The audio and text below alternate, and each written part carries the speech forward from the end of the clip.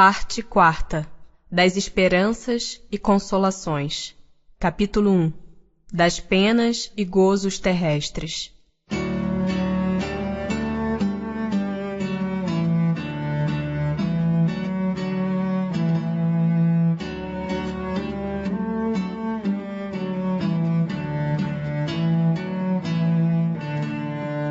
Felicidade e infelicidade relativas. Pode o homem gozar de completa felicidade na terra? Não. Por isso que a vida lhe foi dada como prova ou expiação. Dele, porém, depende a suavização de seus males e o de ser tão feliz quanto possível na terra. Concebe-se que o homem será feliz na terra quando a humanidade estiver transformada. Mas enquanto isso se não verifica, poderá conseguir uma felicidade relativa? O homem é quase sempre o obreiro da sua própria infelicidade. Praticando a lei de Deus, a muitos males se preservará e proporcionará a si mesmo felicidade tão grande quanto o comporte a sua existência grosseira. A felicidade terrestre é relativa à posição de cada um. O que basta para a felicidade de um, constitui a desgraça de outro. Haverá, contudo, alguma soma de felicidade comum a todos os homens? Com relação à vida material, é a posse do necessário. Com relação à vida moral, a consciência tranquila e a fé no futuro. O que para um é supérfluo, não representará para outro o necessário e reciprocamente de acordo com as posições respectivas? Sim, conformemente às vossas ideias materiais, aos vossos preconceitos, à vossa ambição e às vossas ridículas extravagâncias, a que o futuro fará justiça.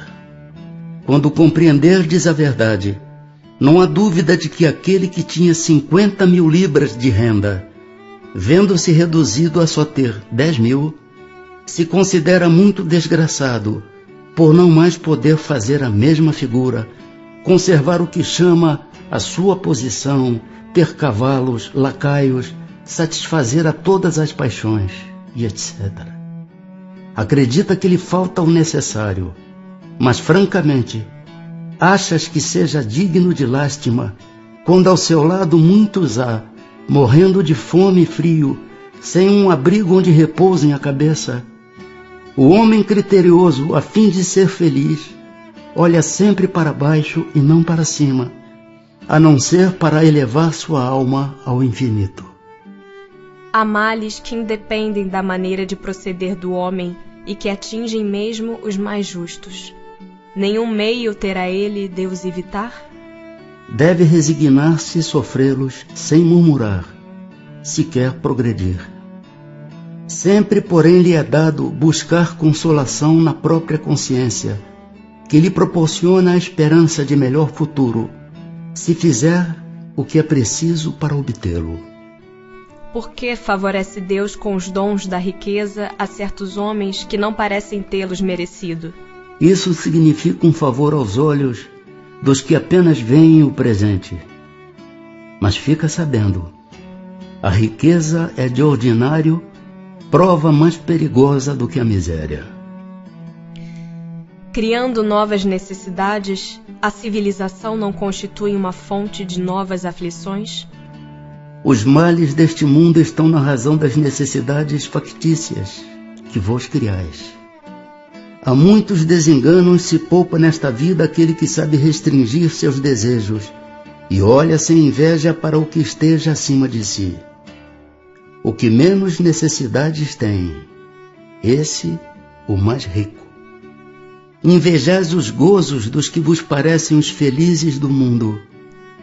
Sabeis porventura o que lhes está reservado? Se os seus gozos são todos pessoais, pertencem eles ao número dos egoístas. O reverso então virá. Deveis de preferência lastimá-los. Deus algumas vezes permite que o mal prospere, mas a sua felicidade não é de causar inveja, porque com lágrimas amargas apagará. quando um justo é infeliz, isso representa uma prova que lhe será levada em conta se a suportar com coragem. Lembrai-vos destas palavras de Jesus: bem-aventurados os que sofrem, pois que serão consolados. Não há dúvida que à felicidade o supérfluo não é forçosamente indispensável, porém o mesmo não se dá com o necessário. Ora, não será real a infelicidade daqueles a quem falta o necessário? Verdadeiramente infeliz o homem só o é, quando sofre da falta do necessário à vida e à saúde do corpo. Todavia pode acontecer que essa privação seja de sua culpa. Então, só tem que se queixar de si mesmo. Se for ocasionada por outrem, a responsabilidade recairá sobre aquele que lhe houver dado causa. Evidentemente, por meio da especialidade das aptidões naturais, Deus indica a nossa vocação neste mundo. Muitos dos nossos males não advirão de não seguirmos essa vocação? Assim é. De fato, e muitas vezes são os pais que, por orgulho ou avareza, desviam seus filhos da senda que a natureza lhes traçou, comprometendo-lhes a felicidade por efeito desse desvio. Responderão por ele. Acharias então justo que o filho de um homem altamente colocado na sociedade fabricasse tamancos, por exemplo, desde que para isso tivesse aptidão? Cumpre não cair no absurdo nem exagerar coisa alguma. A civilização tem suas exigências. Por que haveria de fabricar tamancos o filho de um homem altamente colocado, como dizes, se pode fazer outra coisa? Poderá sempre tornar-se útil na medida de suas faculdades, desde que não as aplique às avessas. Assim, por exemplo, em vez de mau advogado, talvez desse bom mecânico, e etc. Pessoas há que, carentes de todos os recursos, embora no seu derredor reine a abundância, só têm diante de si a perspectiva da morte. Que partido devem tomar? Devem deixar-se morrer de fome? Nunca ninguém deve ter a ideia de deixar-se morrer de fome. O homem acharia sempre meio de se alimentar, se o orgulho não se colocasse entre a necessidade e o trabalho. Costuma-se dizer: não há ofício desprezível. O seu estado não é o que desonra o homem. Isso, porém, cada um diz para os outros, e não para si. É evidente que, se não fossem os preconceitos sociais pelos quais se deixa o homem dominar, ele sempre acharia um trabalho qualquer que lhe proporcionasse meio de viver, embora deslocando-se da sua posição. Mas entre os que não têm preconceitos ou os põem de lado, não há pessoas que se veem na impossibilidade de prover as suas necessidades em consequência de moléstias ou outras causas independentes da vontade delas? Numa sociedade organizada segundo a lei do Cristo, ninguém deve morrer de fome. Porque são mais numerosas na sociedade as classes sofredoras do que as felizes. Nenhuma é perfeitamente feliz.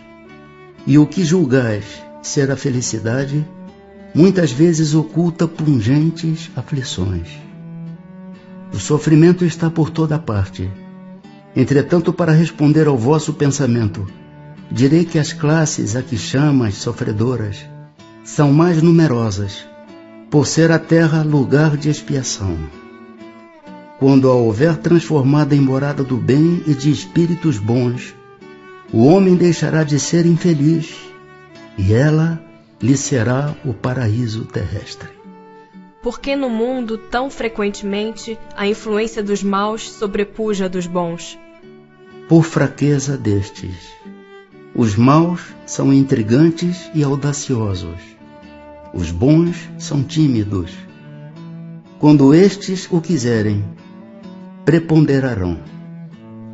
Assim como quase sempre é o homem o causador de seus sofrimentos materiais, também o será de seus sofrimentos morais?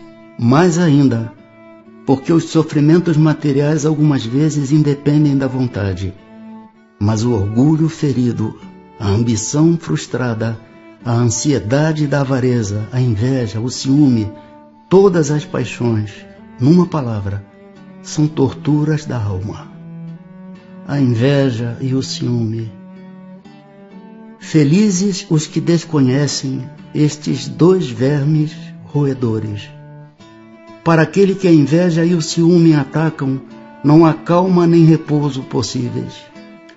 À sua frente, como fantasmas, que lhe não dão tréguas e o perseguem até durante o sono, se levantam os objetos de sua cobiça, do seu ódio, do seu despeito. O invejoso e o ciumento vivem ardendo em contínua febre. Será essa uma situação desejável? E não compreendeis que com as suas paixões o homem cria para si mesmo suplícios voluntários, tornando-se-lhe a terra verdadeiro inferno?